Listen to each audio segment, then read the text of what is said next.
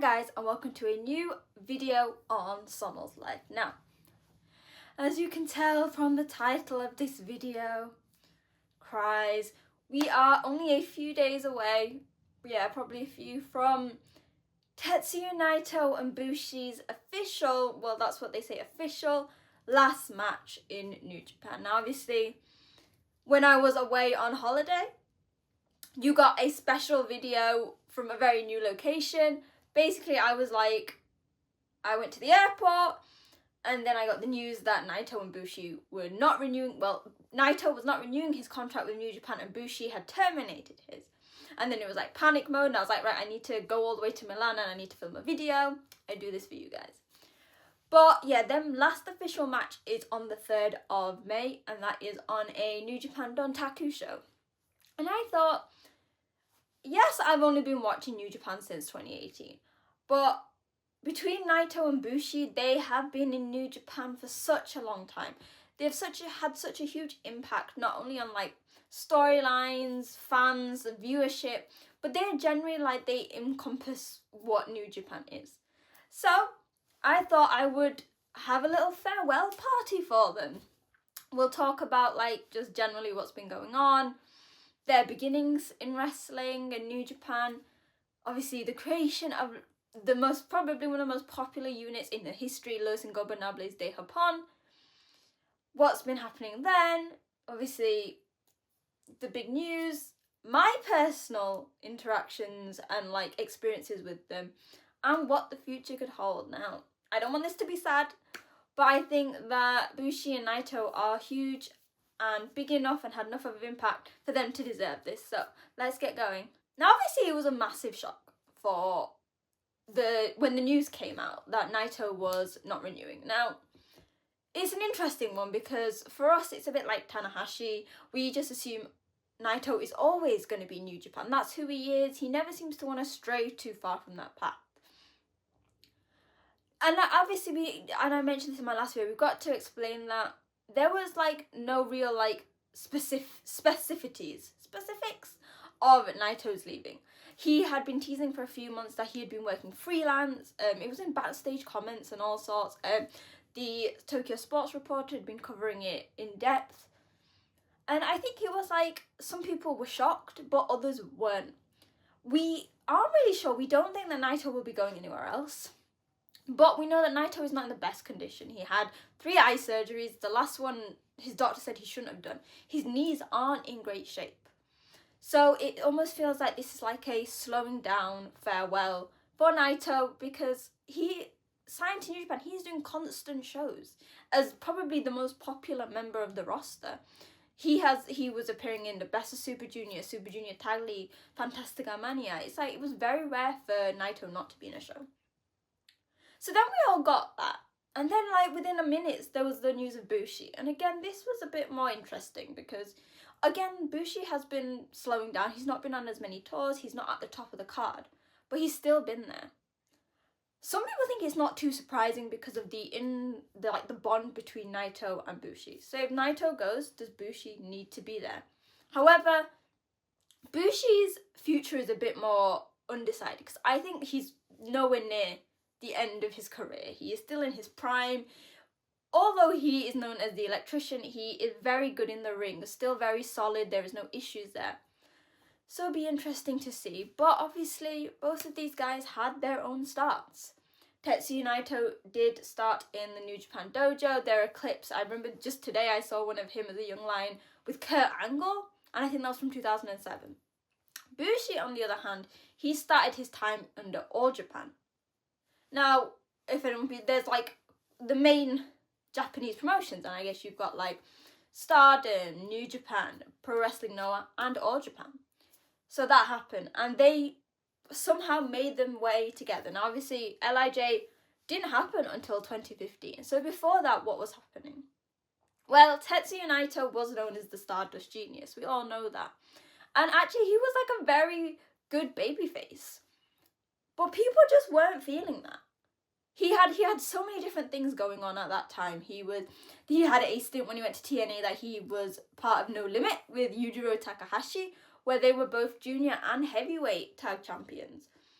Naito had this flashy style as a Stardust Juniors, but he wasn't really getting anywhere. In particular, and they always bring up when they go to certain places in Japan, he was actually quite hated. I guess you could compare it to, and I hate to say that, to Shota Umino now, that he was being pushed as this babyface for so long, but the crowd were resisting it. And I guess, while Naito wasn't getting the reaction he was getting a reaction, Bushi, on the other hand, he was, again, a solid babyface. He was doing very good matches. He was being put in the junior tournaments, whether it was solo or tag. He was teaming with huge names, getting great opportunities. But he never really stood out to a lot of people. Because remember, when Bushi joined New Japan, there was a whole wealth of junior stars who already had a huge impact. So Bushi joined New Japan in 2012. Naito has always been in New Japan. But their careers were very rocky, as I mentioned. Naito was not connecting with the crowd the way that people wanted him to, the way he probably expected, because even back then, Naito had a great style. Some of his moves as a Stardust Genius, while we cringe when he does it now because they are very high flying, because obviously he started as a junior, they were magnificent. Bushi also had a big stumbling block where he had an injury that had him out for quite a few months. And I guess this was the change that they needed. Naito realised that he wasn't going to be getting any adoration from the crowds, and he needed to change something. Now, while he'd had a previous excursion in TNA, this time he went to CMLL. And obviously at that time, CMLL was the home to Los Ingobernables, the Rudo faction. And so Naito honed his skills there. And he made his return with former Young Lion Watanabe, now under the name Evil, to form Los Ingobernables de Japón. So, the creation of Los Ingobernables de Japón happened at the King of Pro Wrestling show. But what has this got to do with Bushi? Well, Bushi he had an injury, he was meant to return in August, but then his return was delayed because he got injured again. Then he was meant to have his return match in November, but they had to postpone it again because New Japan couldn't get in contact with him.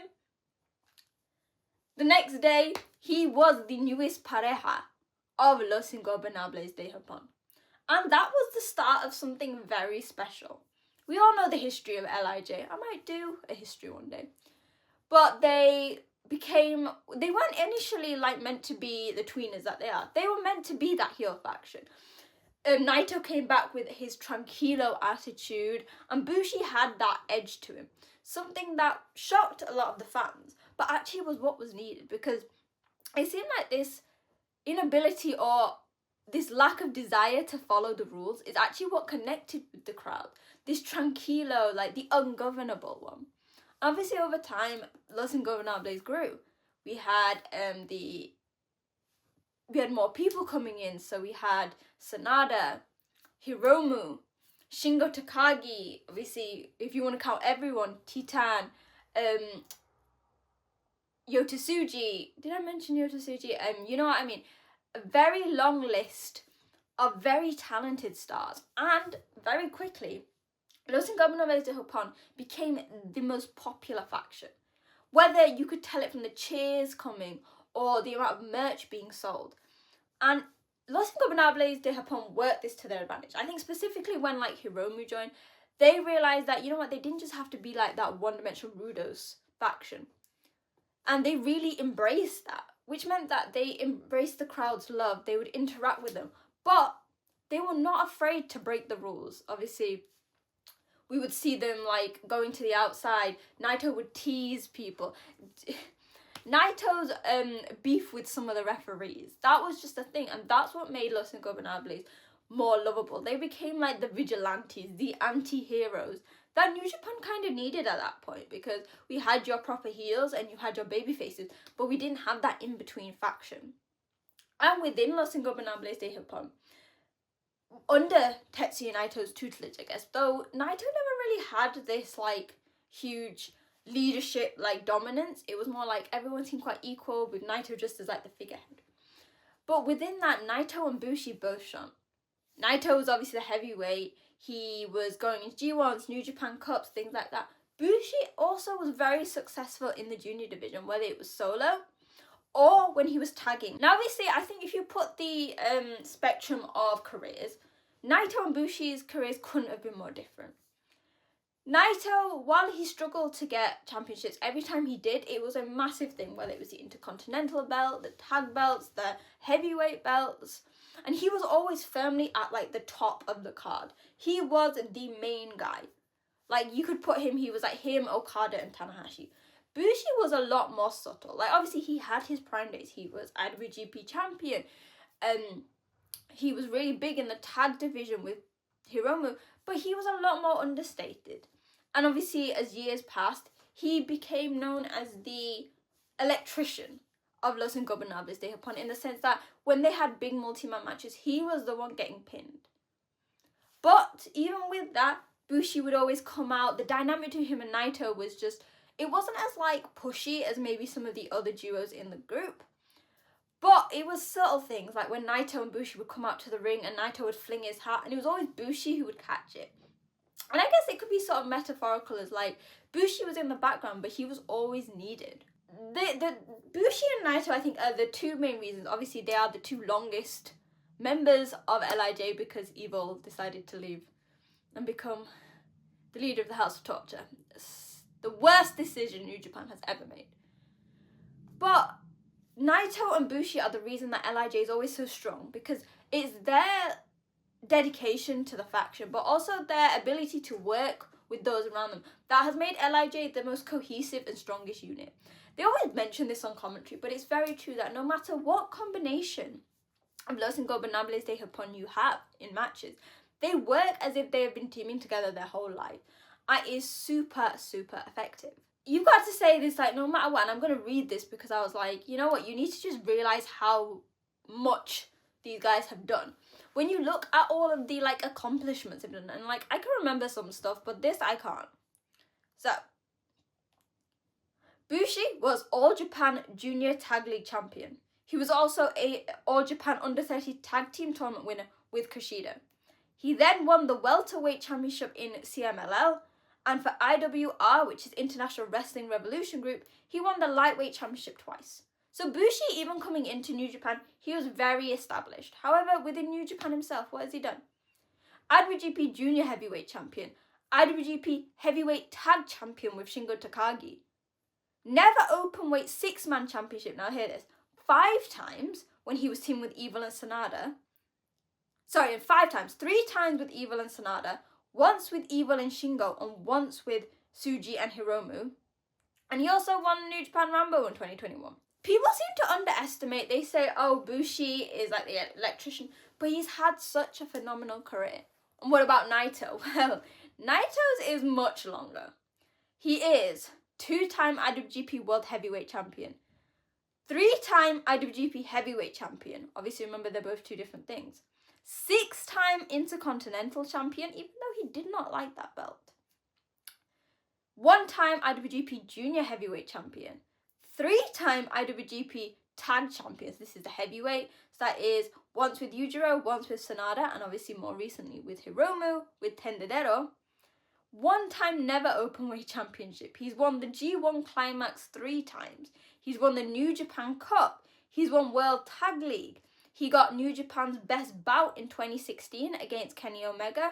He was New Japan's Wrestling MVP in 2016. That's just New Japan and his, like, belts. Let's talk about accomplishments. Nikan Sports, so these are, like, publications. MVP Award in 2016. Match of the Year 2016 one with Kenny. Pro Wrestling Illustrated ranked number 5 on the top singles 500 in 2020 and 2024. Sports Illustrated number 4 in the top 10 wrestlers in 2020. Tokyo Sports Best Bout in 2020 with his match against Okada. MVP Award, listen to this, and I think Tokyo Sports has like a true love for Naito. 2016, 2017, 2020 and 2023. Technique Award in 2018. Wrestling Observer Most Charismatic in 2017-2018. Best Gimmick with Los Ingobernables de Japón generally in 2017. Japan MVP in 2020. And Wrestling Observer Newsletter's Hall of Fame. What?